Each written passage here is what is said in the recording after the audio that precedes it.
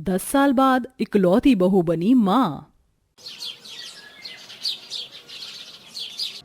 ओ बल्ले बल्ले, ओ शावा शावा, आज तो हमारे बड़े भैया की शादी है। ये चलो चलो सब लोग बारात लेकर जल्दी चलो, मैं जल्दी से अपनी गोपी भाभी को घर पर लाना चाहता हूँ। अरे हाँ हाँ चल रहे हैं ना मोहित, तो नाच। बच्चों आज तुम्हारे बड़े भैया की शादी है, खूब नाचो कूदो, तुम्हारी भाभी आने वाली है, बारात में मजा नहीं आ रहा। हाँ हाँ माँ, काजल तो तैयार है ना? हाँ दी है। छोटे छोटे भाइयों के बड़े भैया आज बनेंगे किसी के सैया, ढोल बजे बजे शहनाइया, झूम कराई मंगल घड़िया। सभी नाचने लगते हैं और छोटा सा मोहित भी अपने भाई की शादी में खूब नाचता है। जब मेरे भाई बहन सब मुझसे इतना प्यार करते हैं तो अपनी भाभी से कितने प्यार करेंगे। बस सब अच्छा हो। और फिर नाचते गाते बारात शादी के मंडप तक पहुंच जाती है, जहां धूमधाम से शौर्य की शादी गोपी से हो जाती है और घर में छोटे छोटे नंद देवर उसका बहुत अच्छे से गृह प्रवेश करते हैं, उस पर फूल बरसाते हैं। भाभी भाभी गोपी भाभी, आप मुझे जानती है, मैं आपका सबसे छोटा प्यारा देवर मोहित। हाँ मोहित, मैं तुम्हें अच्छे से जानती हूँ, तुम तो इस घर के लाडले हो और अब से मेरे भी लाडले हो। ये सुनते ही गोपी अपने छोटे देवर को गले लगा लेती है। अरे अरे भाभी, आपने अपने देवर को तो गले लगा लिया पर दोनों नंदों को भूल गई। अरे ऐसे कैसे भूल जाओ मैं तुम दोनों को। आओ राधा काजल। बड़ी बहू के आते ही कैसे हमारे बच्चों पर प्यार छिड़क रही है। इसे अपने घर की लक्ष्मी बनाना हमारे लिए बहुत अच्छा साबित हुआ। देखना ये हमारे घर को जोड़ कर रखेगी। हाँ बिल्कुल ठीक कहते हो बहू, चलो अब घर में आ जाओ, ये तीनों बंदर तो तुमसे ऐसे ही लिपटे चिपके रहेंगे। गृह प्रवेश हो जाता है और अब धीरे धीरे गोपी अपने ससुराल की जिम्मेदारी अच्छे से संभालती है और अपने छोटे छोटे नंद देवर को बच्चों की तरह प्यार कर उनका ख्याल रखती है। दोनों हाथ में नाश्ता लिए गोपी आती हैं और अपने हाथ से तीनों नंद और देवर को बिठाकर खिलाती हैं। चलो चलो जल्दी जल्दी मेरे हाथ से खाना खाओ, फिर मैं तुम्हारे लिए और आलू के पराठे लेकर आऊंगी, और हाँ शाम को मैगी बनाकर खिलाऊंगी। सच्ची भाभी, ये मैं तो मैगी खाऊंगा। भाभी आप सच में ना बहुत अच्छा खाना बनाती है, बिल्कुल माँ की तरह, और ख्याल भी आप ऐसा ही रखती है। हाँ भाभी, अब से हम तीनों आपको भाभी माँ कहेंगे। सच में तुम हमें अपनी भाभी माँ कहना चाहते हो? शौर्य तुमने सुना ना? हाँ मैंने सब कुछ सुना और मुझे बहुत अच्छा लगा कि मेरे भाई बहनों ने तुम्हें भाभी माँ का दर्जा दिया। वक्त गुजरता है, गोपी तीनों देवर नंद को अपने बच्चों की तरह रखती है, उन्हें प्यार करती है, और फिर सरला एक हादसे में जीने से नीचे गिर जाती है, जिस वजह से अब वो बिस्तर पर पड़ी रहती है। सास के बीमार होने पर गोपी बच्चों पर अपना ममता का सागर उड़ेल कर उनका बहुत ख्याल रखती है, बहुत प्यार करती है। देखते ही देखते 10 साल बीत जाते हैं और तीनों बच्चे बड़े हो जाते हैं।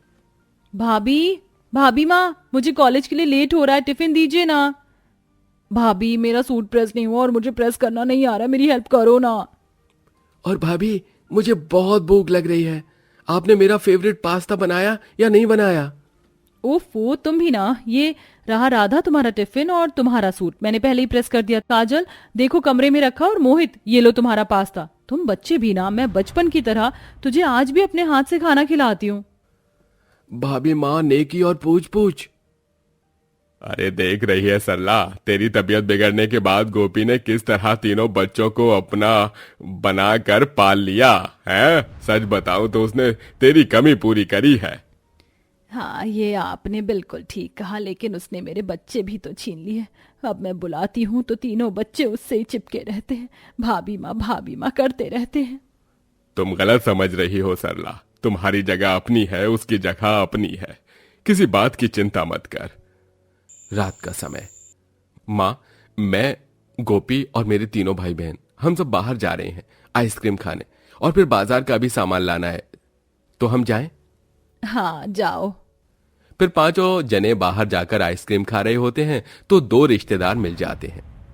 अरे शौर्य, गोपी बहू और बच्चे सही हैं, आइसक्रीम खाने निकले हो क्या आज? हाँ काकी, आज थोड़ा टाइम था तो सोचा सबको बाहर ले चलूं।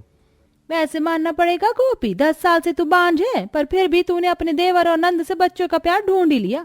जब देखो तब उन्हें कभी आइसक्रीम खिलाएगी, कभी उनका छोटा मोटा काम करके उनसे भाभी माँ करवाती रहेगी। तूने बेचारी अपनी सास के बच्चे भी छीन लिए और बांझ रहकर किसी को भी इस घर के चिराग की खुशी नहीं दी।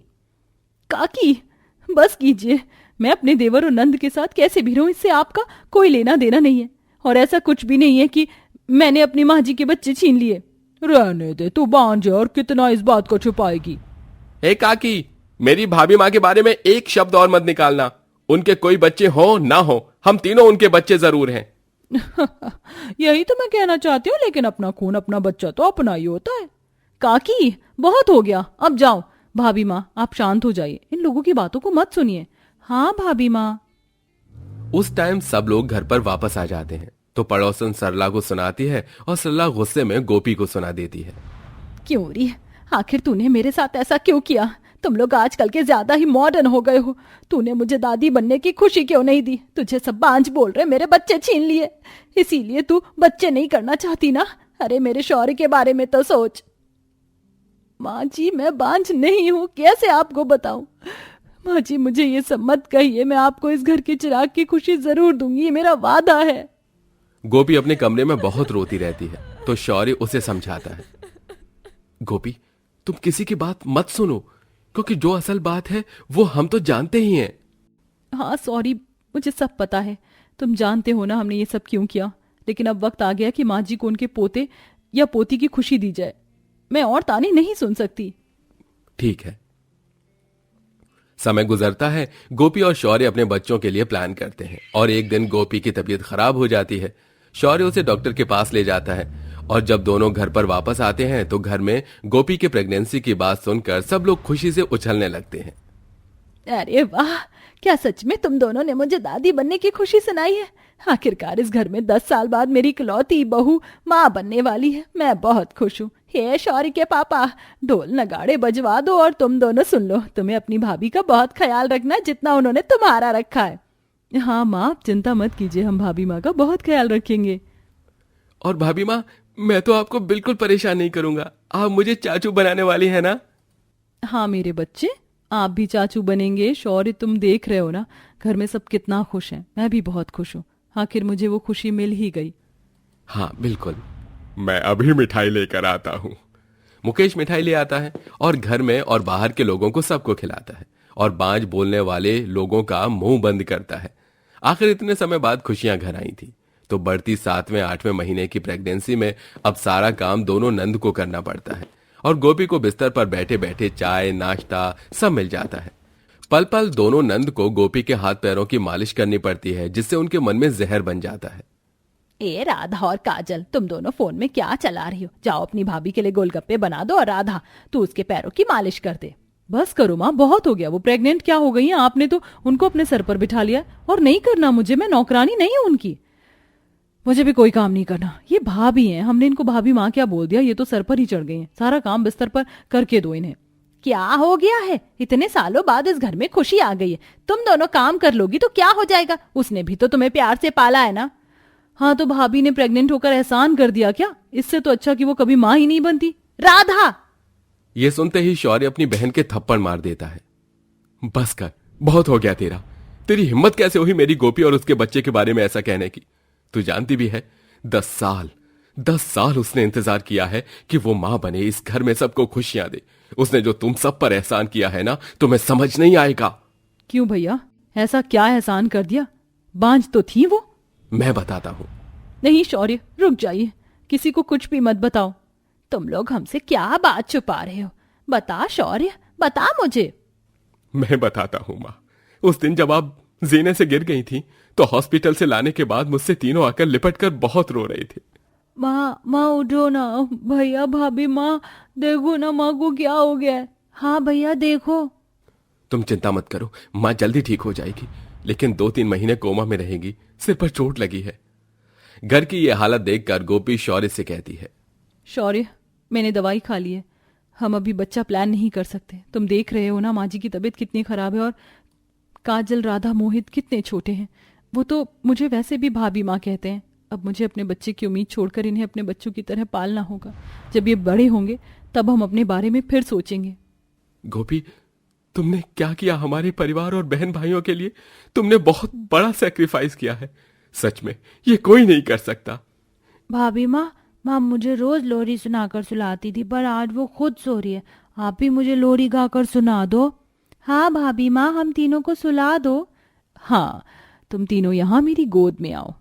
चंदा है तू, मेरा सूरज है तू, तू मेरी आँखों का तारा है तू, जीती हूँ मैं बस तुझे देख कर, इस टूटे दिल का सहारा है तू।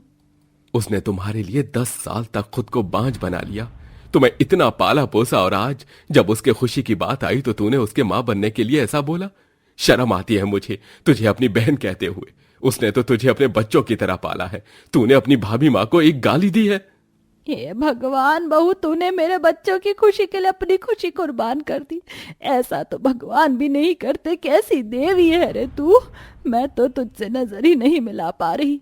माँ, मैंने जो भी किया इन तीनों के लिए ही किया। ये मेरे बच्चे से कम है क्या?